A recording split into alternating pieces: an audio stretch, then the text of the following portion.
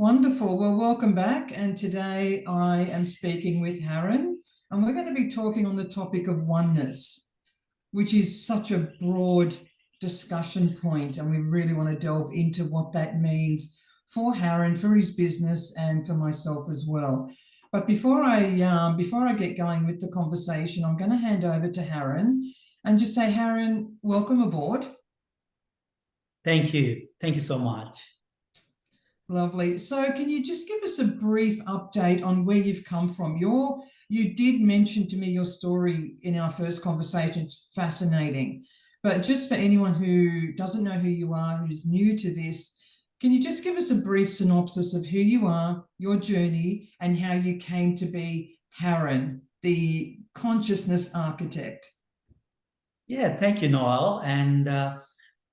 So I'll just give you a brief introduction. So I used to be a counselor, a trauma counselor, and then I went through my journey, different journey, and even to get to the stage where I was a counselor, I went through a different journey in my life where I was depressed and suicidal, and then became a counselor. And then from there, I went through a spiritual journey. When I was going through that particular spiritual journey, I had different experiences in my life where I experienced this oneness.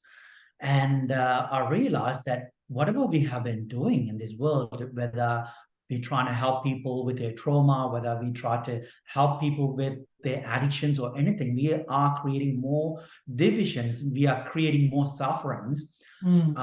When people experience that oneness, it allows them to really bring every parts of themselves and then realize that we don't have to be scared. We don't have to be anxious. We don't have to really relive our trauma. It's not a conscious process, but it really allows us to integrate that particular part of us from deep within. So what that do for us is that we are in harmony with everything. There's no everything. There's just one.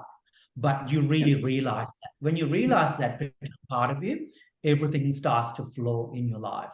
Yeah. So that's me. And yeah, feel free to ask any questions. Yeah. And or yeah, just whoever is watching as well, feel free to leave a comment or question, and I'm happy to answer that as well, because this is a very broad topic. So it flow. We haven't even prepared or anything. So we're just going to flow through, and just feel free to ask me anything. Yeah. Yeah, absolutely. So getting right into it, and I love having the hard, deep conversations. I don't do small talk. It does my head in, it really does. So you mentioned the word oneness, and coming back into that that theory or that conscious state of one with everything, one with the world. So when I'm working with my clients, this is where I lead them to, is this concept of oneness, one with everything, one with nature, one with God, one with the world, one with each other on this planet, right?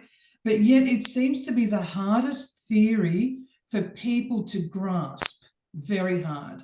Because if we truly understood the concept of oneness, that what I do affects you and affects someone across the other side of the world, if we truly, truly believed in that concept, we wouldn't be seeing what we're seeing today, right? Yeah, absolutely. Yeah. Totally. Yeah. And so one of the things happened, Noel, here, yeah. I believe that where people try to intellectualize everything, that's how we have been brought up. Yeah. Yep, being intellectual and logical will help us to survive in this world. However, you know, for example, if you want to get a job, you need to be intellectual. And if you want to survive in this world, paying for your bills, doing other things, you need to be logical and you need to understand the world in different space. Yeah. However, for you to feel that fulfillment, for you to feel that happiness within you, for you to feel and experience that oneness, you need to go beyond your intellectual mind and surrender to your higher self. That takes a lot from a lot of people, because they don't know what it is. You can't, you can only feel it, you can only experience it. Right. So when you can't really touch, when you can't really see it, people find it very difficult to surrender to that. Yeah. No, I understand that, and I'm so on board with what you're saying. It's now bringing it to the masses, bringing it out there into the world. That to me is the challenge, right? Because everyone, what I find from experience is that everyone has this silo mentality. If it doesn't affect me, I'm fine, right? Yeah. So I want to bring that conversation down to concrete levels. Is how do you get to that conscious place of oneness? How do you get there? If you let's just say I'm someone that has never ever experienced spirituality on any level, what would you say to me? Yeah, I think there are a couple of things that there are a couple of things that you mentioned. So one of them is, how do you know that whatever is happening on the other part of the world is really affecting us? Yeah. And how do you really experience that oneness in your life as well? So I want to answer the first question. So the first one, for example, I'm very sensitive to energy and what's going on around the world.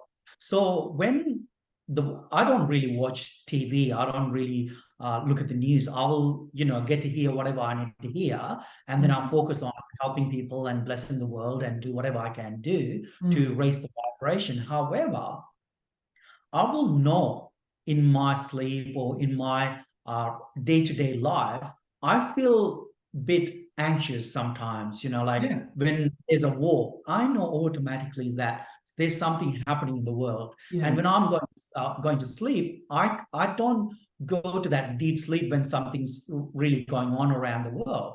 And I know that I am actually affected by that. How many of you really felt like that in your life? Something else happening in your friend's life or someone else that you know, but you don't really know. You haven't heard about it, but then you have some sort of headache.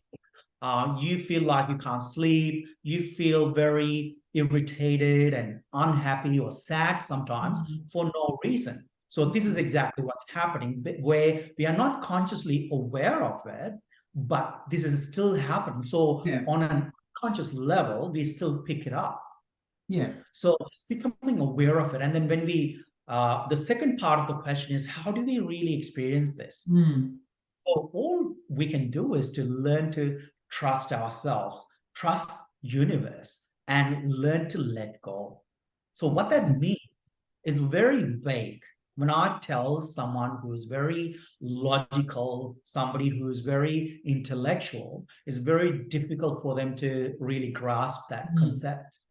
So one of the important things that I would invite you to do is to sit with yourself and realize this is something Sadhguru described, and I loved it. So, for example, he would say, look at the tree.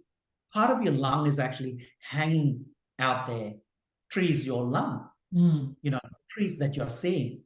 Where without a tree, you can't even breathe, because trees are actually, taking the carbon dioxide that you actually exhale, and then it really give us oxygen. So we inhale that.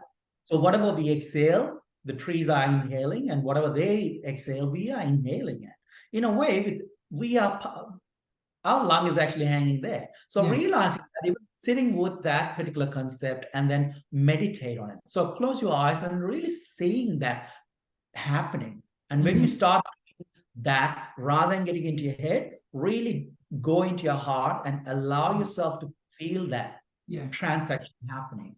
And then at one point, there's something clicks within you, and realize that the life is really happening for you, not to you, but for you. So this become experiential rather than you intellectually try and understand, because when you try to understand something intellectually, there'll be always doubts. So that's why a lot of people struggle with religion as well, because a lot of people follow the scriptures, what the book is telling them, but it's just a belief. Belief and knowing something is totally different things.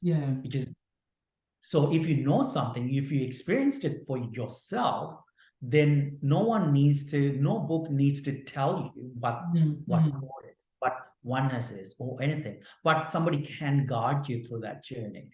However, it comes down to you allowing yourself to go through this journey and even allocating a particular time for yourself every day, sitting with yourself and meditating. That helps you to really experience that oneness. Yeah. So the reality is, and I'm putting myself in the shoes of somebody that's never, ever, ever spoken in these terms before, experienced it, saw it, felt it. So in terms of that person, like, what are the blockages that you personally faced coming into that awareness of oneness? Like, I really want to know how this theory of oneness has integrated personally in your life. What does that look like for you? I know that you're a coach and you teach this, but I want to know personally, what does it feel like for you? Like, what do your eyes see when you're experiencing oneness? Yeah. So for me, I understood why oneness even matters. Reality, though, when I experienced that, I realized that's the actual reality. But about 15 years ago, I didn't even heard about oneness. I mean, you know, when you talk about yoga and all that, it means oneness. But then for me, it's all vague, and I couldn't really grasp that concept intellectually. And then later on, when I dived deeper into my meditation and spirituality, I kind of understood the concept that we are all one and all that on a deeper level, but it wasn't really my experience personally. So it happened when I really sat with myself, worked through some of the trauma that I went through, and worked with some of the past issues that was really pulling me down. And what I realized is, you know, in this journey is that our ego creates a veil around us. So it puts a veil, and it really stops us from seeing and experiencing and living in that oneness. So the ego wants to make you feel special.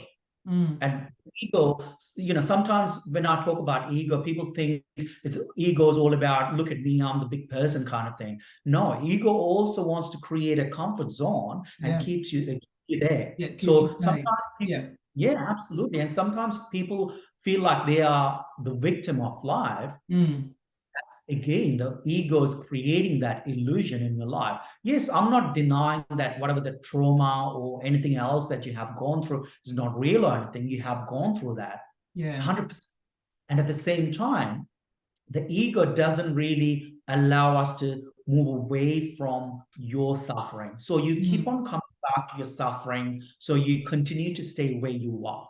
So really acknowledging that, realizing that, and then allowing yourself to move forward from your past. So that I felt like that really helped me moving forward and really experiencing that oneness in my life. And then the last part of your question was how it was for me when I experienced oneness. So for me, when I experienced oneness, I'm just just going back to the time. I was I was going through a particular process and meditation, and people around me looked like me. And me being a counselor, I was just thinking I'm just going crazy or something. What's happening here? And I was becoming so ecstatic, like I was so blissed out and so happy and blissed out. I've never experienced that kind of happiness and bliss in my life before. And when I looked around, people around me looked like me. The client that I was looking at looked like me, and I was seeing myself in that. And then when I was in that space, it's almost like I can communicate with them, and I was testing and validating that as well, because I was, you know, part of me is still there and analyzing everything. Am I going crazy here? What's going on? And every part of my being, every cells were going through orgasmic experience, and I couldn't really describe that. And unless you really experience that, you can't understand this space, because this is beyond our logical and intellectual understanding, the intellectual world, because this is another space, another dimension that we step into. Yeah. It really it helped me live in that oneness for a long time. Now I kind of step outside of it as well sometimes, because of the because I have to pay for my bills, I have to pay for my rent, I have to interact with other people as well. And so you realize that that is the reality. However, you can step outside and you can live in different reality as well. And another question that I would like to leave you with as well is to really ask you why oneness matters. Yeah. Oneness matters. Yeah. Why does it matter? That's exactly right. Yeah. Why does it matter? Why now is this, for me, this is a really important topic, very important topic. Yeah. Continue. Yeah. So why oneness matters? Because when you experience that oneness, you will really see you don't have to go through that. You'll really see that you don't have to go through that anxiety. When you really feel that, you feel that you've been looked after always. It's like the knowing. No one needs to tell you you are okay. You don't have to go to therapies for 10 years or 20 years. You really realize that and live in that space. When you live in that space, it's almost like, like when there's a separation, when you experience that separation, you feel like your hand is something, it's different from the person who's sitting next to you. You feel like you are different from the person next to you. You feel like your life is totally different from everyone else out there. Yes, on a 3D reality or third-dimensional reality, that can be true. However, when you experience that oneness, you realize that, oh, it's almost like if you are cutting your hands, you are actually, when you are hurting someone else, it's like you are cutting your hand. Yeah. So you actually experience it like that. You realize it like that. So when you are hurting someone, you are hurting yourself in a way. When you it's like a knowing. It's not even a belief system. It's a knowing. So when you look at the war around, what's happening in Israel and Palestine or anywhere else in the world, you see that I'm actually kind of hitting myself. I'm trying to kill myself in a way, because it all comes from our own ignorance and not really understanding or seeing that we are all one. Yeah, because there is this, I also believe there is this illusion of separation that we have been programmed to believe, right? That we're not a human race. We have this, for me, it's an illusion of borders. They're in that country, I'm in this country, and it doesn't affect me. And for me, it's all an illusion. It really is. So on some level, on some cosmic level, every single person, and I'm going to say something and I'm going to say it, on some level spiritually, every single person on this planet has put into the global consciousness to create the chaos. Otherwise, we wouldn't be seeing it. That's right. So on that same level, we can now put in high vibrational thoughts and beliefs to counteract the chaos. Because we're led to believe we're not powerful beings, okay? But we're so powerful that we can create that. And that brings me then to that you can't speak about oneness without speaking about your thoughts. I think they go hand in hand, and the power of your thoughts. So for you, can you marry those two things together? Can you marry the theory of oneness with the power of thoughts? Does that go hand in hand for you? Absolutely. So what I realized in that journey, when I realized that particular dimensional reality, ego constantly creating different kind of thoughts, and our thoughts are actually created by our worldly experiences.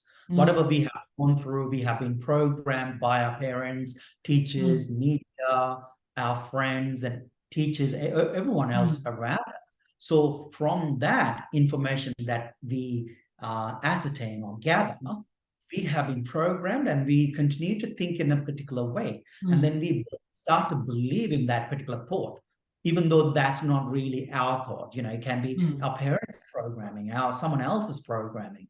And then what happened? When your thoughts are becoming negative, it really, your ego gets hold of those beliefs and thoughts. Then what happens? It doesn't allow you to realize that oneness or the divine, or for you to really see yourself as the highest self, having an experience in the human body. So when your thoughts are actually reduced, you start really connecting. Or when your thoughts are actually coming down, like for example, normally people, there's a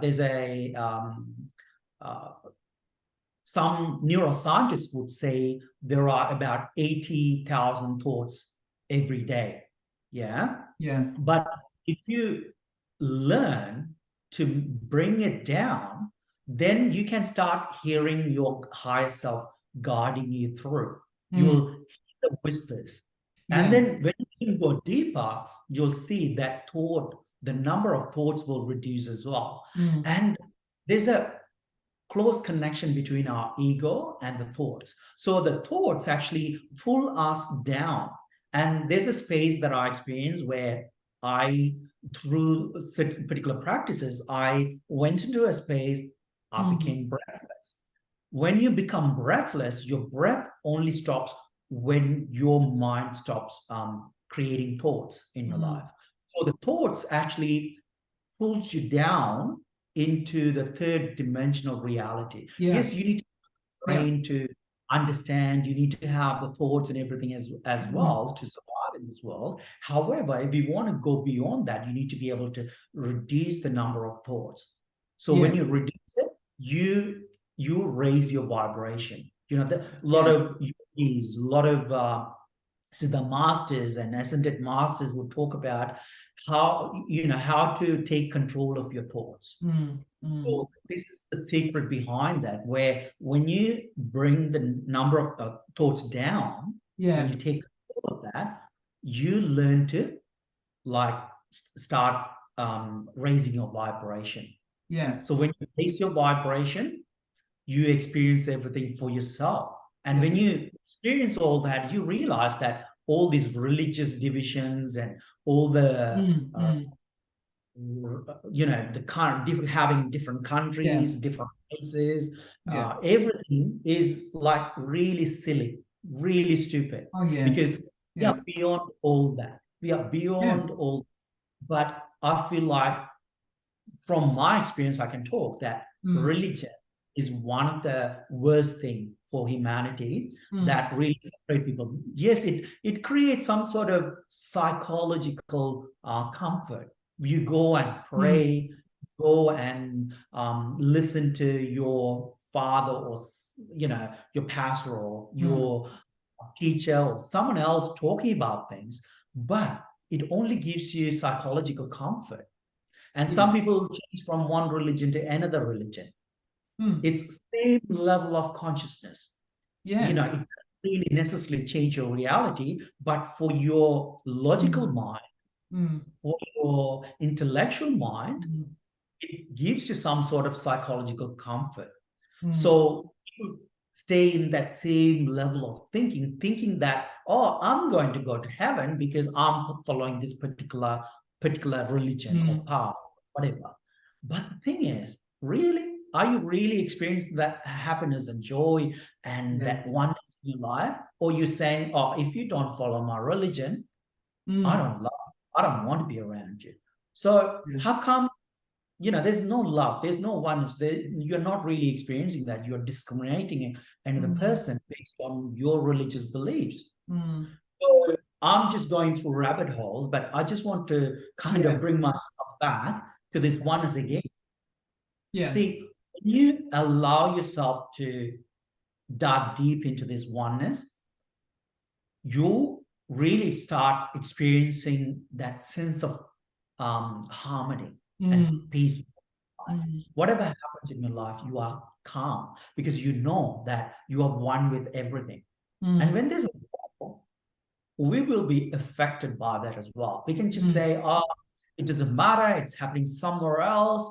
But then it's always somehow happening affecting to us as well. It's on a quantum level, it's happening to us as well, purely by vibration. So it's for me personally, when I'm experiencing the oneness, I've got a conscious awareness that whoever I'm standing with is me and I'm them, and they're merely a mirror to my life. And I understand what you said when you said everyone started to look like you, because you see yourself in others, and others then will see themselves in you. Because on a cellular level, there's no separation, zero separation. So for me, yes, I know, and I come back into my human, and I can be an absolute bitch. I really can. Let's just say it. I said what I said. But then I have this quick, oh my God, what I just said and did has now rippled out. Right? That's the difference. It's like I have this innate, deep conscious awareness that my actions, my thoughts, my speech affect others, not just in front of me, but they're like a ripple that goes out. And I'm not being a drama queen or a martyr, but that's just how I see things. Is our thoughts, our words, everything that we feel and see affects everything. And all you have to do is look out into the 3D reality to say, how did I affect that? It's by doing or not doing. That's how that happened, right? So, and again, I can go down the rabbit hole. We can meet each other down there. It is so much fun. Last thoughts. So last thoughts, Haran, and we're just coming to the end of our time. I told you it was going to go quickly. Just one thought, one nugget you want to impart into the world right now. What is that?